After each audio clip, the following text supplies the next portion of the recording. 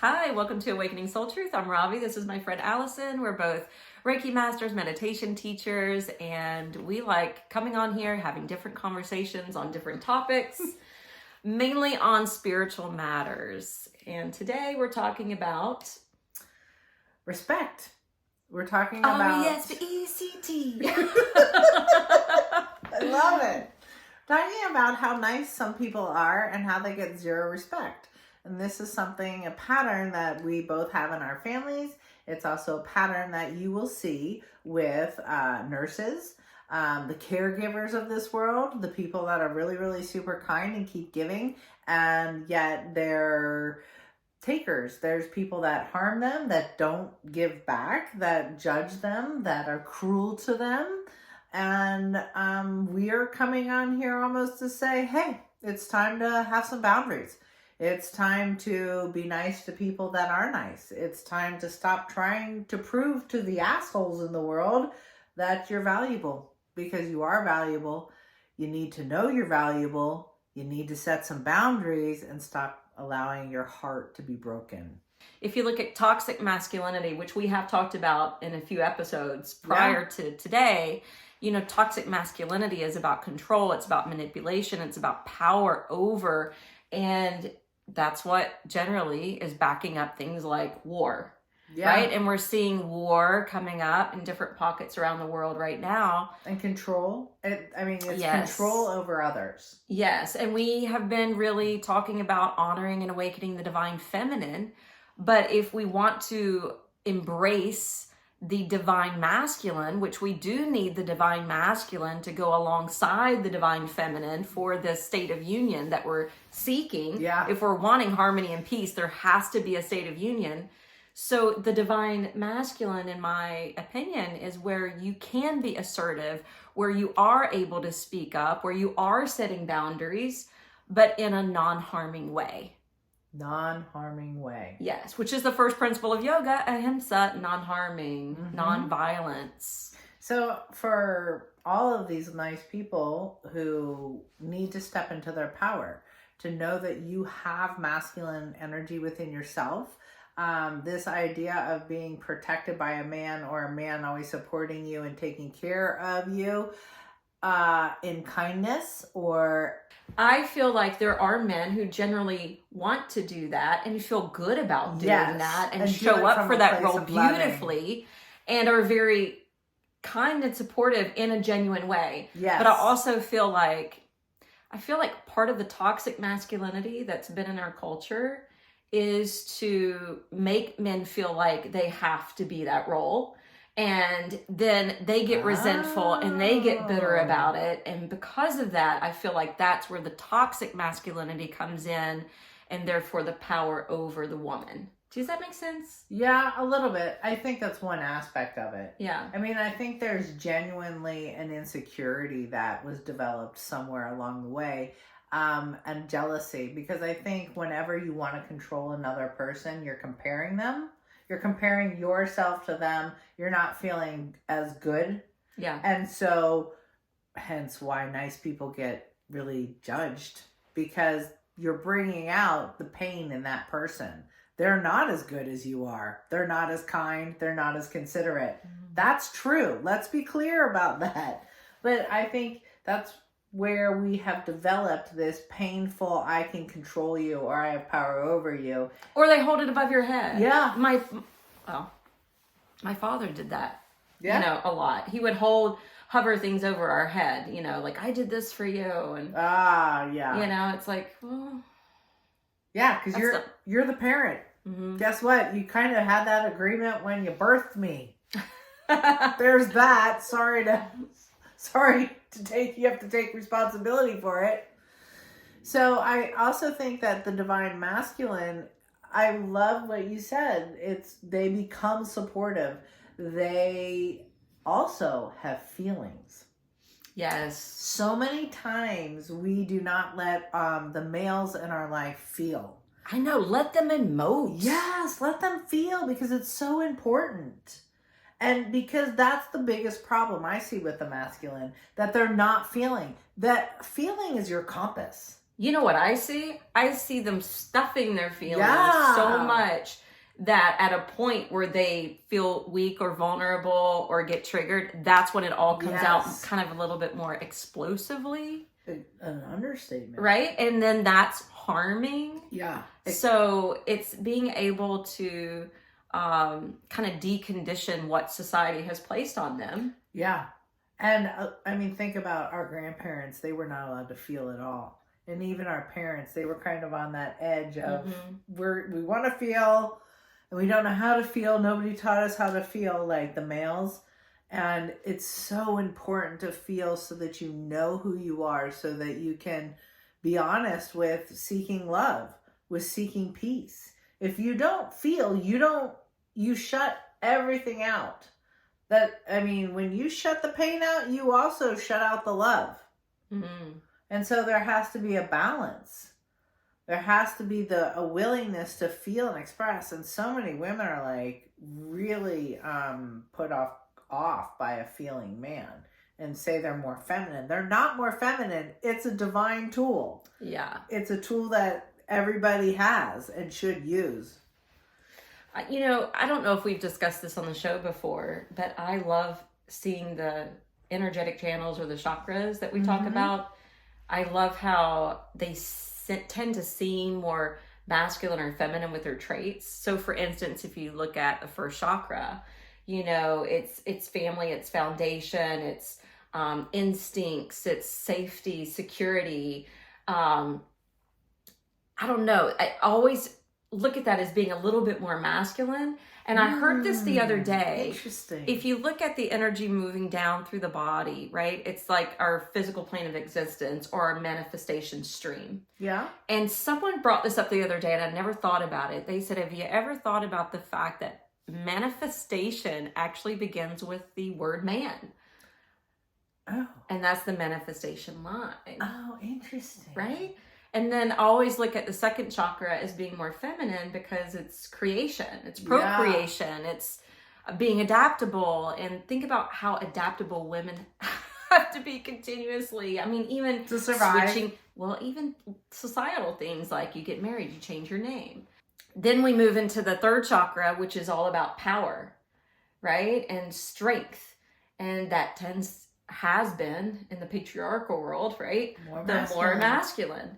And then the heart is so feminine because it's the love, it's the compassion, it's the empathy, the emotional pieces that need to be felt. Right?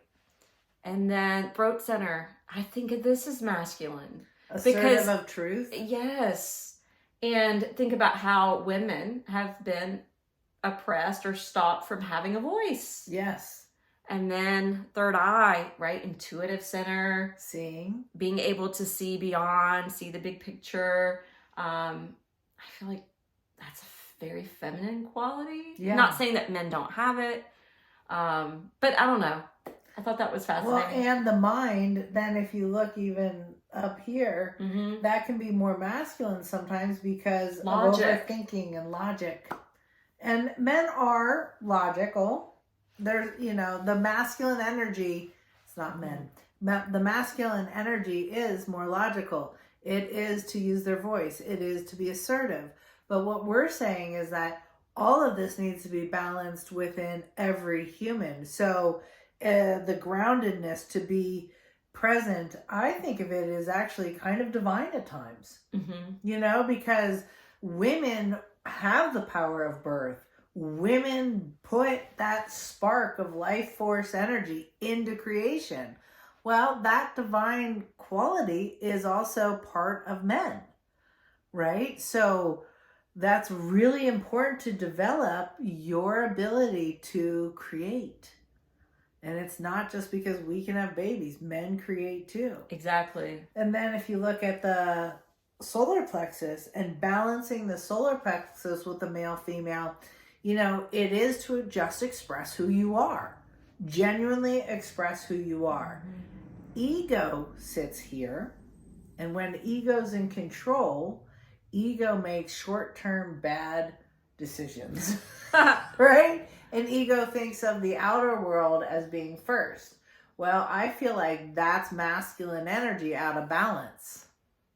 So if we apply the feminine energy to the solar plexus, we can really heal it. We can really say, wow, what is the intuitive part, that gut feeling, the intuition, balancing out, how am I showing up in the world? How am I physically being present? Am I expressing who I am? Yeah. So again, every chakra, we can really hold space for that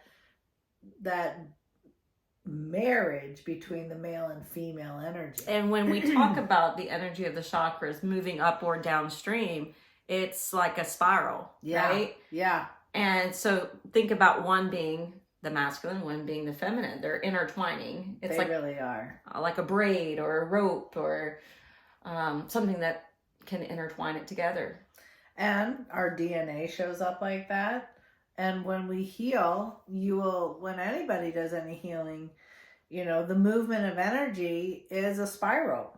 And you can see that in the Reiki symbols, the movement of energy on cave drawings, the double helix of the DNA. I mean, it's just everywhere in nature. So we have to have it intertwined and connected.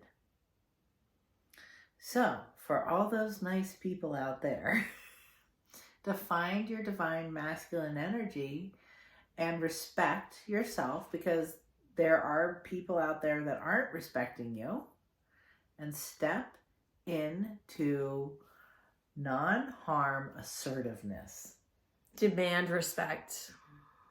Turn and walk away. Don't turn, like that whole principle of turn the other cheek and let them continue. I'm not for that. Maybe once you get really balanced, I would get that. But for right now, let's have some hard boundaries. Because I mean, I'm really in this place of like, I am ready to let go of other people judging me. I'm letting go of other people being so thrown by my opinions and yes, can I tell you, I'm so proud of myself because this last week, I landed in 2 different classes as a student. And there happened to be women in those classes that I used to work with, I used to be friends with, and it got fractured. Like a lot of relationships got fractured during the pandemic. And I have since seen them, and I have made it a point to be kind, to be approachable. In fact, I've approached them first. And I don't know, like both of those classes I felt like I really needed for myself, which is why I went to begin with. And I found it ironic, not so coincidental that they happened to be there. And I just thought to myself, I've gone out of my way, not just once, more than once. I'm just going to sit back and I'm just going to be me, and I'm going to do this practice. And neither one of them approached me or spoke to me or even acknowledged my presence. Wow. And it didn't bother me one little bit. And awesome. You stayed in your place of love. You stayed centered in love. Yes. It's like, and it's possible. I have no ill will. Right. But if you can't create some reciprocity, then I'm not going to give you the value of my time either. So yay, growth. That is really great. I did not experience that growth when I went to visit my family recently. Yeah, can you share? I've had a very difficult time with my dad's side of the family. I went through him abandoning the relationship after my mom died. Which is the worst time. Yeah, and just figured it to be pain. He was in so much pain and grief, and he didn't want any reminders of her. So he really left the relationship, and we did therapy, and he just absolutely refused to be kind to me. I mean, he got up, we were out to dinner because I had asked him to go out to dinner with just me. And he got up from the table before he was done and said out loud, I will never eat with you again. I do not want to spend time with you. and walked out of the dining room. I was like, when did that happen? Oh my God. This was when you were 30, 31. Wow. So full blown adults. Oh yeah. Yeah. Yeah. And then I became a teacher. I thought I was doing all the right things, but I wasn't doing the right things according to my own heart. I really needed to follow my skills of being a healer. Mm-hmm. And I committed my life to healing.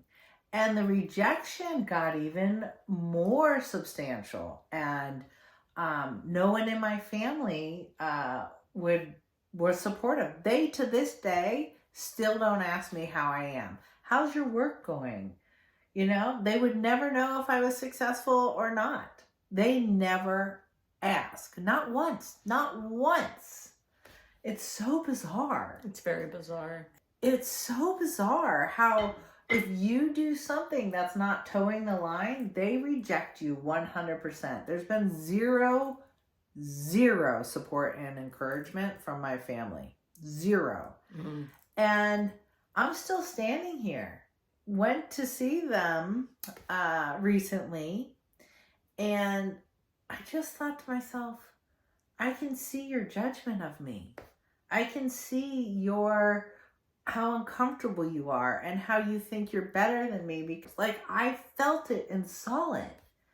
And I just was so heartbroken. And then I did a deep dive. I asked God what inside of me needs to be healed, because obviously I'm being triggered.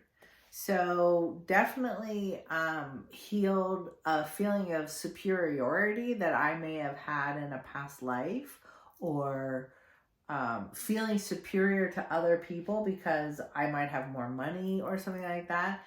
I'm really letting that go and really seeing how hurtful it is to be judging others or thinking I was better than them. So I had this wonderful, amazing insight, and did that healing. And now I'm just really at this place of like, I'm not subjecting myself to people that don't like me anymore. I'm done giving to them. I'm done showing up. And the truth is, they don't like themselves. They don't like themselves. At the end of the day. Or they like themselves so much. But it's so. And you're not like them, so they can't like you. Or they like the protection. And I'm going to say this because you brought it up. That little nugget of the other side doesn't talk to you about your money. It's not your value.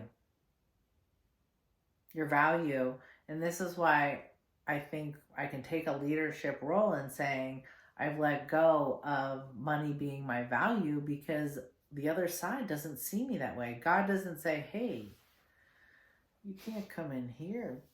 You don't make enough money. You don't make enough money for me.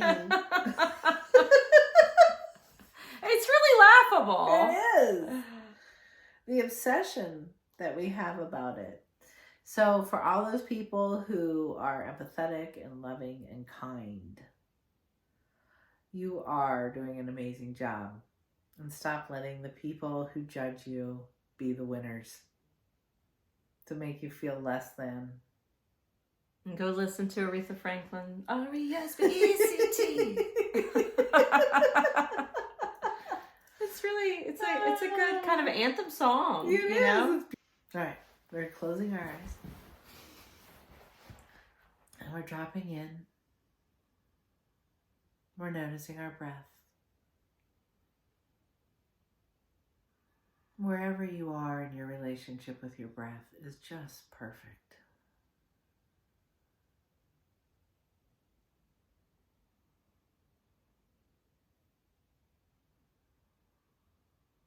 Allowing your breath to really be a source of divine light. Breathing into the heart and filling up with support.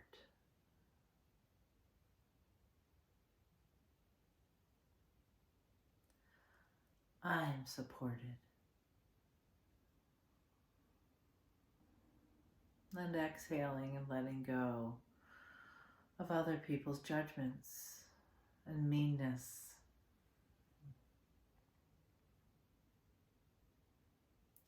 Breathing in and connecting to your genuine, authentic self.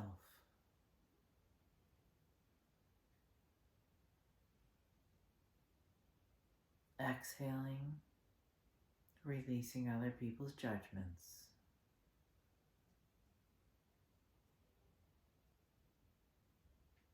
Breathing in,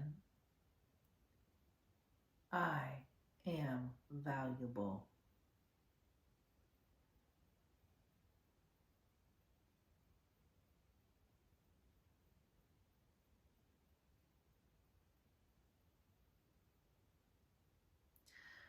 I am kind. I am loving.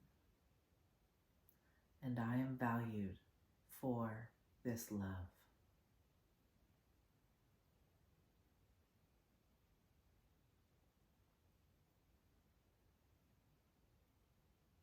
I am valuable.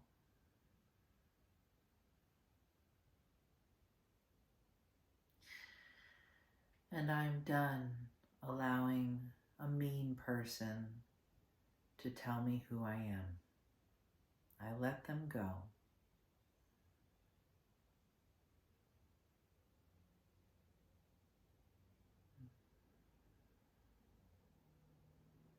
I am valuable.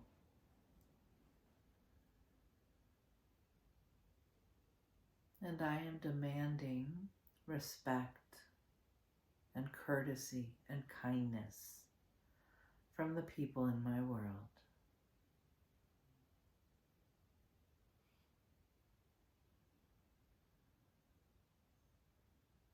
And I let go of anyone who's in pain.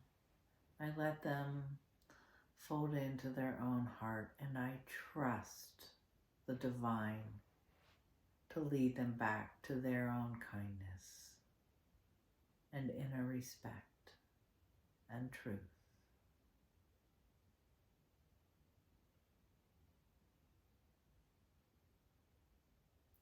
I am valuable.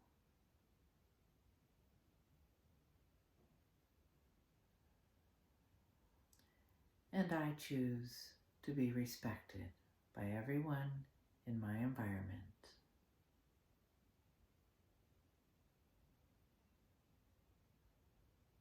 And I release all those that have harmed me to their path, to their life, releasing them.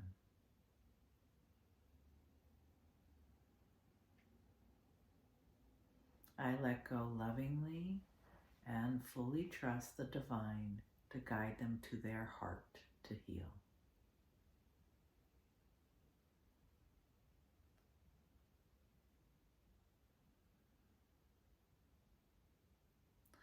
I am valuable.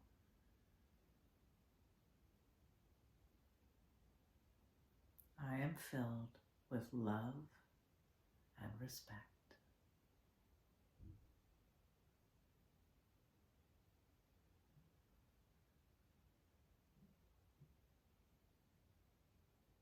I am valuable.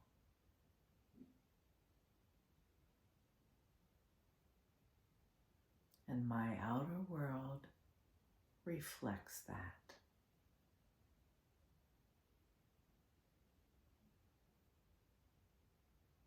I am supported and I am respected.